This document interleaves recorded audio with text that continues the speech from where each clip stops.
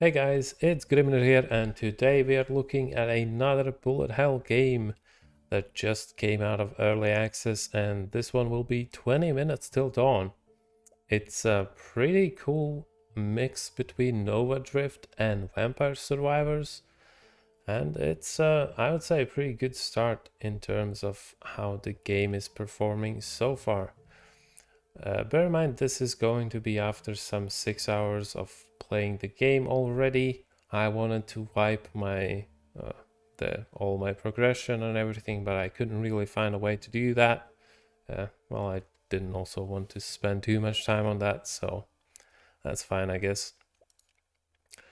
In the beginning, you have one character and one weapon. You have Shana, which can reroll upgrades once per level, and the good old trusty revolver. After that, you gain this currency and you can unlock any of these characters. Each one has their own ability. They're pretty interesting and very different in terms of playstyle.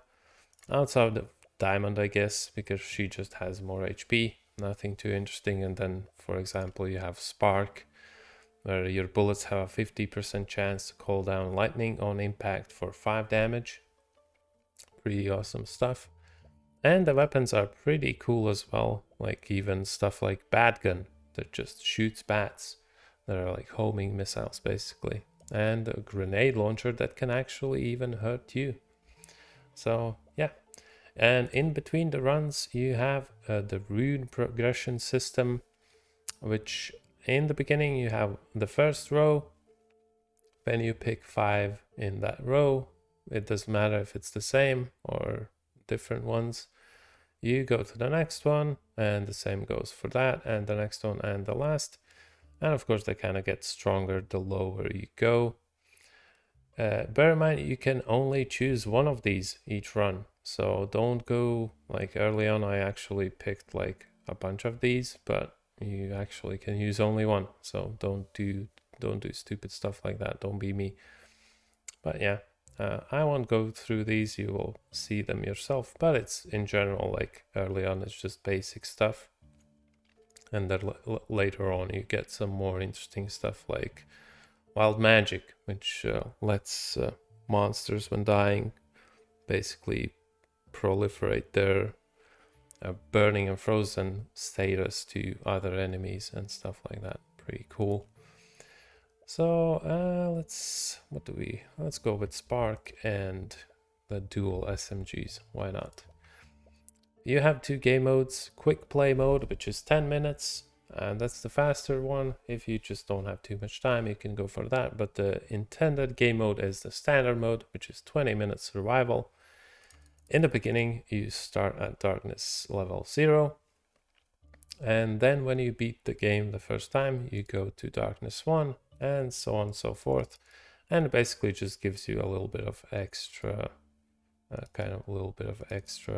challenge in the game. Let's go up to like bosses have more HP. That's pretty good, I guess. This is the game.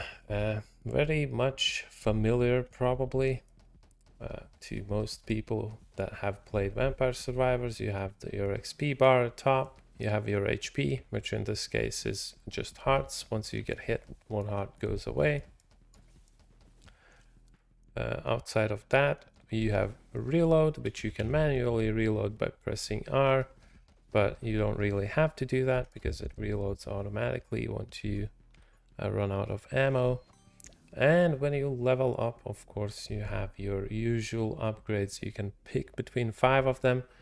They're pretty interesting, quite different from Vampire Survivors. This is more of a Nova Drift thing, I guess. And when you pick one upgrade, you unlock the next tier of those upgrades. And next time you level up, you can pick one of those if you get them in the to pick from. And then when you get one of those or both, doesn't matter, you can get the last one as well. And I'll tell you why that is important as well. I'll go for the Electro Mage, which just makes every second shot to call down lightning to strike enemies, which is pretty good because I already strike enemies with lightning when I hit them. Okay, let's get another upgrade real fast. I guess I'll go for the chance to freeze. And I'll show you the synergy system.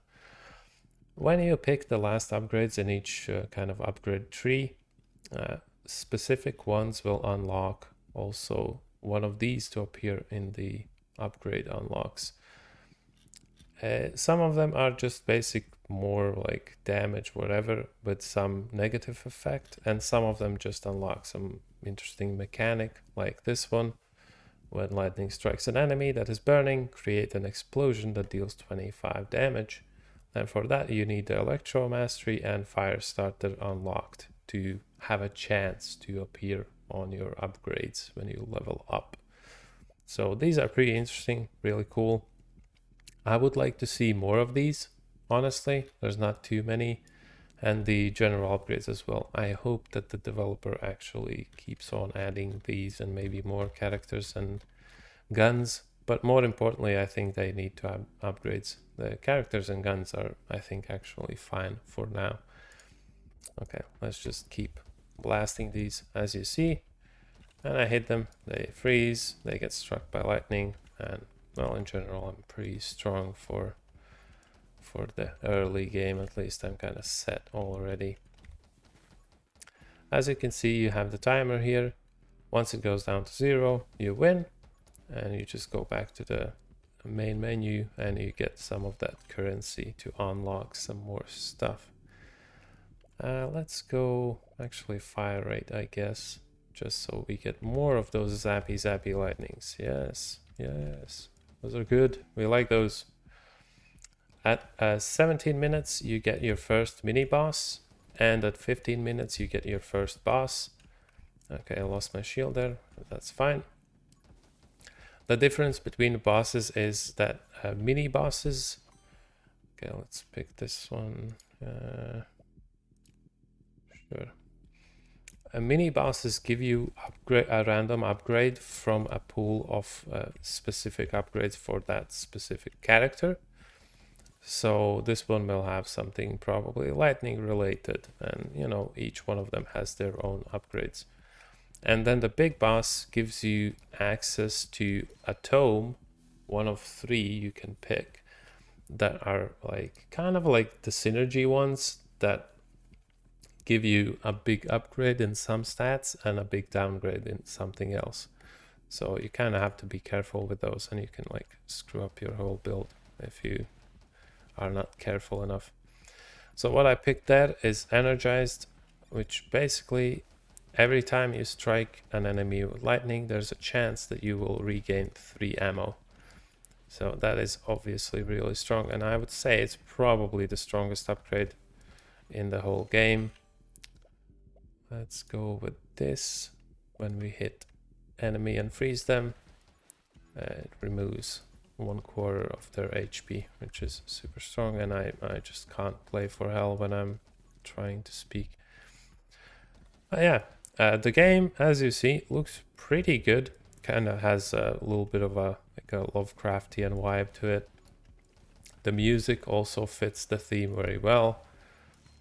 The only thing about visuals is that it can get a little bit too hectic sometimes, but that's kind of the curse of all bullet hell games. You can't really expect to see much when you have like 2,000 projectiles on the screen with like hundreds of enemies. It's just not gonna happen. So it's fine. Honestly, not really the biggest deal. Because at that point, you're probably just turning them into mincemeat anyway. Okay, let's pick up some more upgrades. Let's see the first mini boss in 5 seconds. I'll get only to the first big boss, and then I'll kind of give you the summary of what's going on. Yeah, there's the first mini boss. He's pretty easy. He doesn't really do much. He just like follows you basically, like all the normal enemies here. Nothing insane.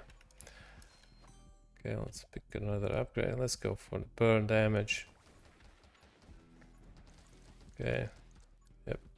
And there we go. Spark.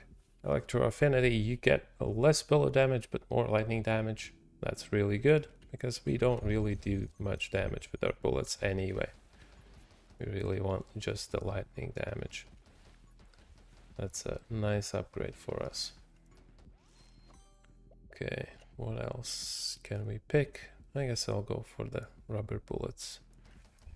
Not the worst thing to have some bounce.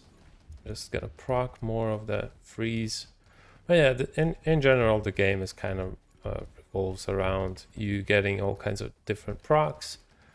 You can go for just like pure damage builds or like summons, because you can have summons like a little ghost. You can have a dagger that flies around, a dragon, all kinds of cool stuff. And as I said, it's probably the game is gonna get more content in that sense. So this is just the beginning. We can go for double shot because our ability of this character that's has a 50% chance to spawn lightning is on projectile, not on shot. So the more projectiles we have, the more lightning will spawn and strike the enemies down, and also give us a chance to get more ammo back, which is really awesome. Okay, let's murder these. In a moment we'll get the first big boss. That one's a bit difficult if in the beginning, when you don't have too many upgrades and you don't really know what's going on. But it's not too bad. I don't think any of the bosses are unfair or anything. If you're really good at games, you probably can kill them on the first run even. If you get good upgrades and just get lucky, I guess, with those. Outside of that, the controls, everything seems fine. It's very smooth, it runs smooth. I haven't really seen any slowdowns in the game, and my PC is not like super crazy. So even when there's a lot of projectiles, it runs still fine. Okay, so there's the first big boss. He kind of just charges at you. The freezes work for a way shorter time than they do on normal enemies, on the bosses that is. Yep, let's just kill this guy. That was super easy, but it's not gonna be as easy when you start the game. Nowhere near that. Okay, I'll go for movement speed. And when you kill the big boss, as I said, you get a tome. And these ones give you kind of a slightly more extreme upgrade / downgrade things. Tome of Summoning, summon damage. You can get elasticity, bullet bounce, less bullet damage, less HP, and this one with fire rate spread, which is what is actually the best thing for me, because it also triples my base max ammo. So we will be doing pretty well. Won't have to reload too often either. Oh, that's pretty nice. As you can see, you can look at my ammo. My ammo is like going up sometimes randomly, and that's from the lightning strike procs. It gets crazier later, but yeah, I think this is a pretty good time to end this. I don't want to spoil too many things for you guys, and yeah, let's just die. Let's just die. But it gets way crazier. That I can promise you. It gets really insane later on in the game. As you saw, there was like, I made like 2.7k of the runes, and each character is like 3k something, so it's really easy to unlock all the characters in like an hour probably, I would say. So yeah, here's the game. I would say this is totally worth getting. I think the price at the moment was like 3 or 4 euros. I would say it's at this state, it's very much worth it, even for like 10 euros. So yeah, go ahead if you enjoy this type of gameplay, like Vampire Survivors, Nova Drift. Go for it. It's worth your time, and you will have a bunch of fun for at least 5-10 hours. Yeah, but anyways, I was Grimner here with 20 minutes until dawn, and I'll see you in the next one. Bye.